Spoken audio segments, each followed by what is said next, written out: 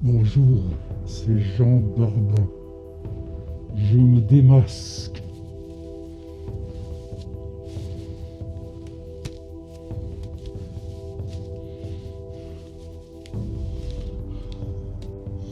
C'est Jean Barbin.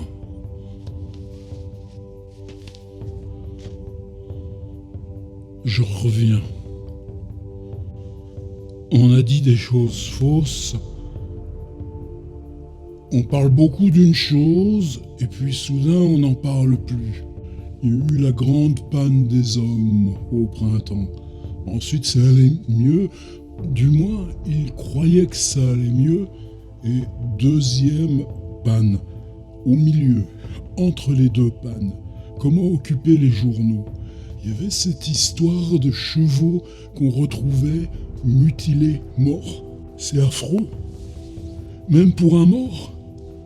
Nous morts, on n'aime pas être mutilés morts. Même les chevaux, un chevau mort, c'est encore plus près d'un homme mort que chevaux vivants, homme vivant. Je suis fondé à le dire et le savoir. Ça se discutait, un chevau qui tombe de sa belle mort. Aussitôt les oiseaux, les rapaces, les rongeurs, par quoi ils commencent?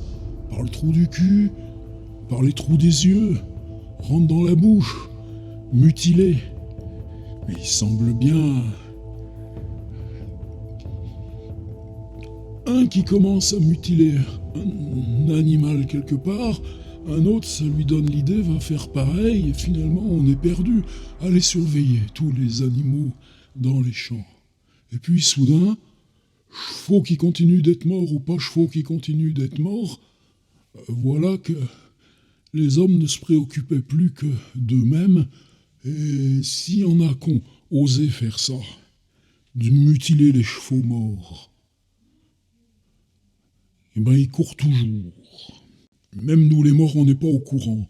Je peux juste vous dire, c'est pas un de chez nous les morts qui ferait quelque chose comme ça. Et on en arrive au deuxième versant de la question. Parce qu'un chevaux mort, ça se remarque, ça reste dans le champ, c'est une masse qui enfle, une masse qui gonfle, une masse qui pue. Vous pouvez pas l'enlever comme ça, faut appeler l'équarrisseur, il vient avec son camion, il a une grue, met ça dans le plateau, l'emmène ça ou qu'on les débite, qu'on les brûle, qu'on met la chaux, qu'on en fait du granulé, de la potasse. C'est pas très beau ce qu'on fait aux morts. Morts animaux ou hommes morts. Mais les chiens, alors il y a une loi. Un chien d'au-delà de 60 kilos, faut le passer par les mêmes établissements. Équarrisseurs, brûleurs, cimetières pour chiens. Nous les morts, on va souvent se promener dans les cimetières pour chiens. On ne peut pas se promener chez les vivants. On dérangerait les vivants si nous les morts, on se promenait chez les vivants. Alors on va dans les cimetières pour chiens. Souvent ils sont plus beaux. Ils sont même plus beaux que les cimetières pour gens. C'est plus paix, c'est plus décor. Puis de toute façon, ils ont du flouze. Ils mettent du flouze là-dedans pour enterrer leurs chiens. Bon, nous, on est bien là-dedans. Venez nous voir la nuit, on marche, on se promène, on parle, on échange, on se salue. Enfin, ce que font les morts quand ils sont avec les morts. Et cette histoire de chevaux morts, ça nous a fait beaucoup parler. On n'était pas très content de comment les vivants se débrouillaient avec cette histoire de chevaux morts. Mais justement parce que c'était dans un cimetière pour chiens. Les chiens de moins de 60 kilos. Alors ça disparaît. Sac poubelle, trou dans le caniveau. Rien de plus facile que de se débarrasser d'un chien mort s'il fait moins de 60 kilos. Et c'est pour ça que je suis venu avec mon masque. Parce que maintenant, on en entend parler. Ils ont des bonnets, ils ont des masques, il reste les yeux. Les yeux, même mettre lunettes de soleil, puis de toute façon, on voit presque rien. C'est quoi la différence entre œil de chien, œil de gens? Il n'y a pas de différence, c'est fait pareil. Dedans, la machine est différente. Le chien voit monochrome, le chien voit myope et aidé par de meilleures odeurs. Nous les morts, on le comprend mieux, parce que nous les morts aussi, on perçoit monochrome, on est plus myope qu'on était encore myope quand on était gens vivants. Et pour l'odeur, ça n'a plus d'importance. Eh bien, c'est le bruit qui court. Il n'y a pas encore trop dans les journaux. Mais c'est bien pour ça que moi, Jean Barbin, je viens vous le dire. Quand vous vous promenez, pas dans les cinémas, sont fermés, pas dans les théâtres, sont fermés, pas dans les salles de concert, sont fermés, pas dans les musées, sont fermés. Mais ailleurs, dans les rues, dans les supermarchés, partout où il y a tiroirs-caisses, partout où il y a carrelage, et dans les trains, et dans les métros, et dans les gares, je parle pas même des écoles. Regardez-les bien, les yeux.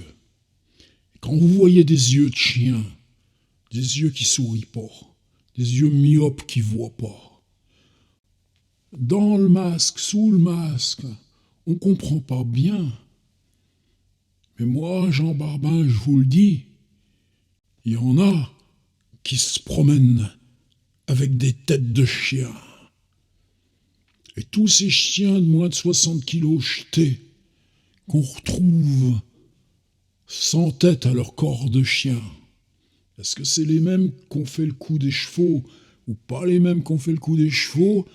Ça, j'en sais rien. Mais nous, les morts, on le sait. On voit beaucoup trop de corps de chiens sans tête qui nous arrivent depuis 2 mois environ. C'est la raison de cette saison 3 de Pourquoi je reviens. Et elles sont où les têtes? Elles se promènent sur les masques. N'hésitez pas.